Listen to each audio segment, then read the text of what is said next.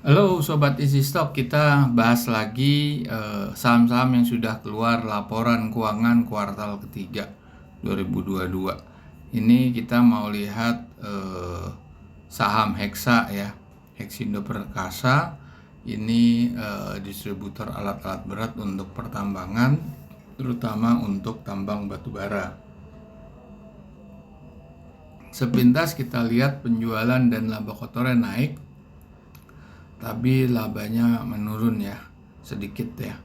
Dan baru saja bagi dividen. Oke, kita lihat ada beritanya itu kan, setara 660 miliar. Sebetulnya sudah bagi, ini udah lewat nih beritanya.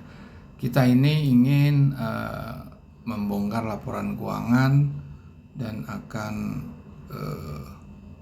melihat secara fundamental ini pantas dibeli apa enggak nih, karena dia baru bagi dividen ya. Oke, kita akan menggunakan analisa fundamental dengan menggunakan bukunya Benjamin Graham, judulnya Security Analysis dan Intelligent Investor, dua buku pegangannya Warren Buffett untuk menghitung nilai wajar saham yang listed di bursa. Dan sekarang sudah ada aplikasinya, yaitu Easy Stock, bisa Anda gunakan free of charge. Tapi untuk saat ini kita masih trouble di Google Play Store. Silakan request link, nanti kita kirim linknya. Dan ada untuk mempermudah Anda mendalami pelajaran Benjamin Graham, ada summary dalam bahasa Indonesia, ebook tapi ya formatnya, untuk buku Intelligent Investor. Dan satu lagi Common Stock and Uncommon Profit karangan Philip Fisher. Ini dua buku pegangannya Warren Buffett juga sebetulnya. Jadi yang Philip Fisher nih gurunya, yang diikuti 15% strateginya dia. Kalau 85% Warren Buffett mengikuti Benjamin Graham. Oke, kita sekarang mau bongkar aja ya. Nah, ini laporan keuangannya seperti ini nih. Ini kita lihat ya. Kalau dari penjualan neto itu kan tahun 2021 178 ya, naik ke 262. Bagus. Laba brutonya juga naik ya, 48 ke 55. Cuma ada kenaikan nih di biaya pokok penghasilan, beban pokok HPS-nya ya, naik di sini. Dan kenapa ini labanya turun sedikit nih, turun sekitar 300 ribu US ya, sekitar segitu ya. Nah, ini kita bisa lihat di sini memang beban umum administrasi itu naik ya, sekitar 3 juta dolar lah, hampir 3 juta dolar. Nggak nyampe, sekitar hampir 1,3 juta dolar lah. Itu terdiri dari umumnya adalah biaya pegawai ya, gaji dan lain sebagainya. Kalau kita lihat dari aset lancar, dia sebetulnya menguat nih, tapi pengurangnya jadi banyak. Ini yang saya kotak ini pengurang uang muka, pajak bayar di muka, biaya dibayar muka tuh ada pengurangan dari sini. Kalau ini kan, tapi kalau dikurang pun tetap net current asetnya terjadi peningkatan. Hutang nih ada peningkatan yang cukup besar ya, dari 2021 ke 2022 itu kira-kira naiknya sampai 100 juta dolar. Itu juga naiknya seperti yang di hutang jangka panjangnya juga naik 100 juta, jadi total 200 juta dolar. Jadi kekuatan di current asetnya juga disebabkan karena meningkatnya utang, level utangnya. Nah, cash dividennya juga dia tinggi ya, 44 juta US dollar.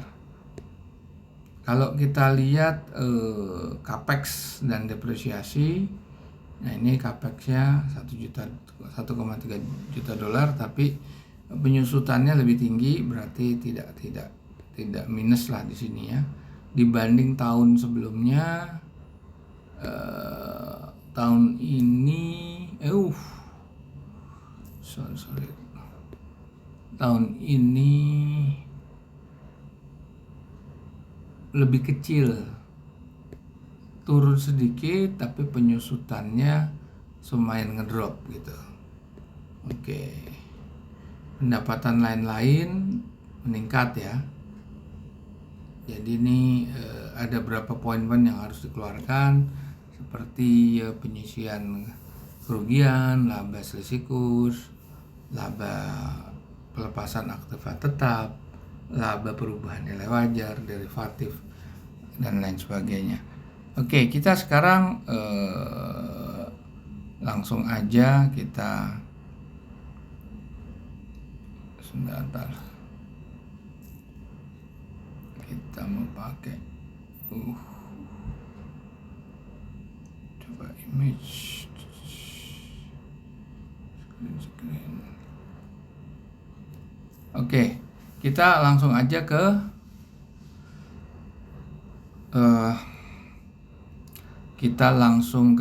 easy stock. Oke. Kita lihat Hexa.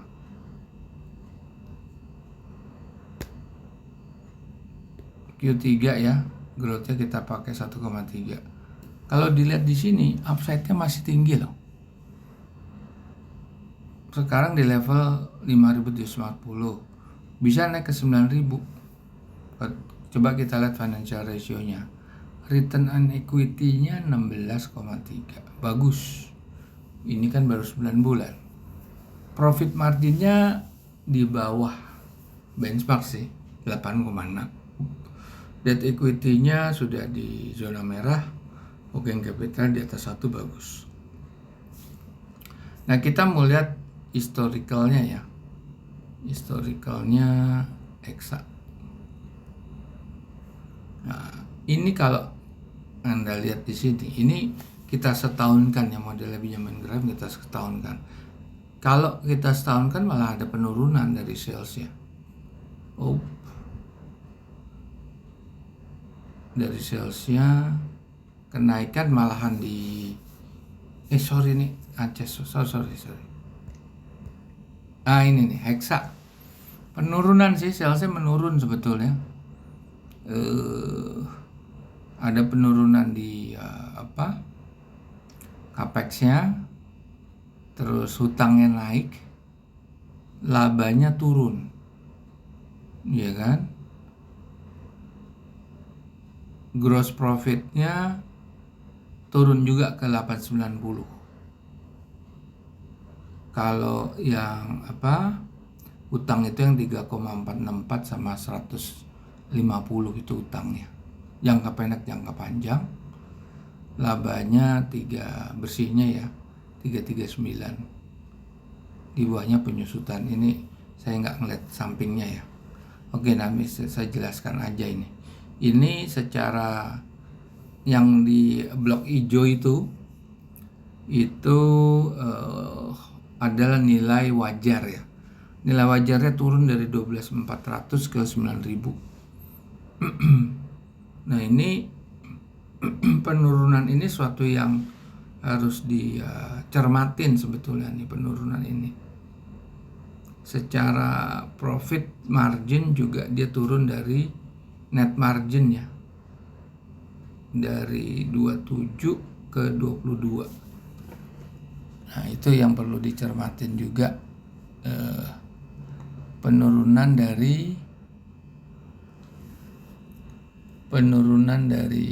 itu return on equity yang hijau.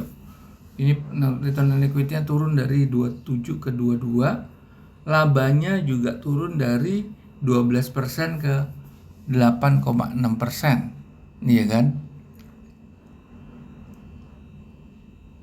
Dividen yield-nya juga turun dari 14. Karena kita lihat dari sisi labanya ya, percentage dari laba. Meskipun market cap-nya naik dan dividen market cap-nya naik.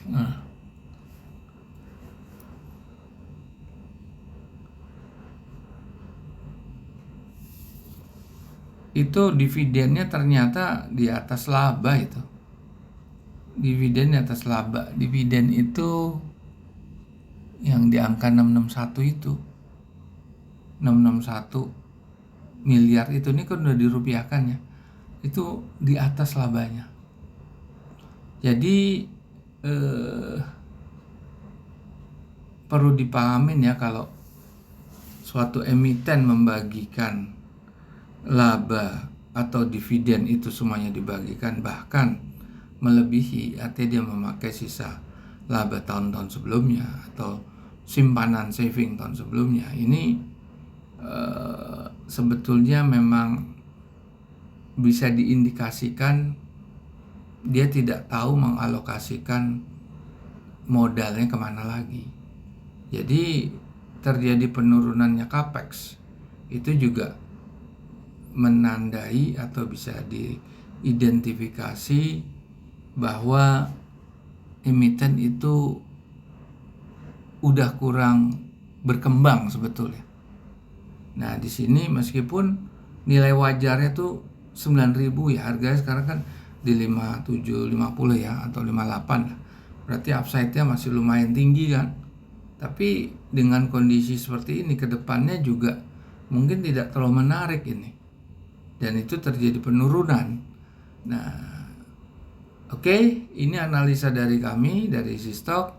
Silakan kalau Anda memutuskan sendiri, Anda mau tertarik sama saham ini atau tidak. Dan kita jumpa lagi di lain kesempatan.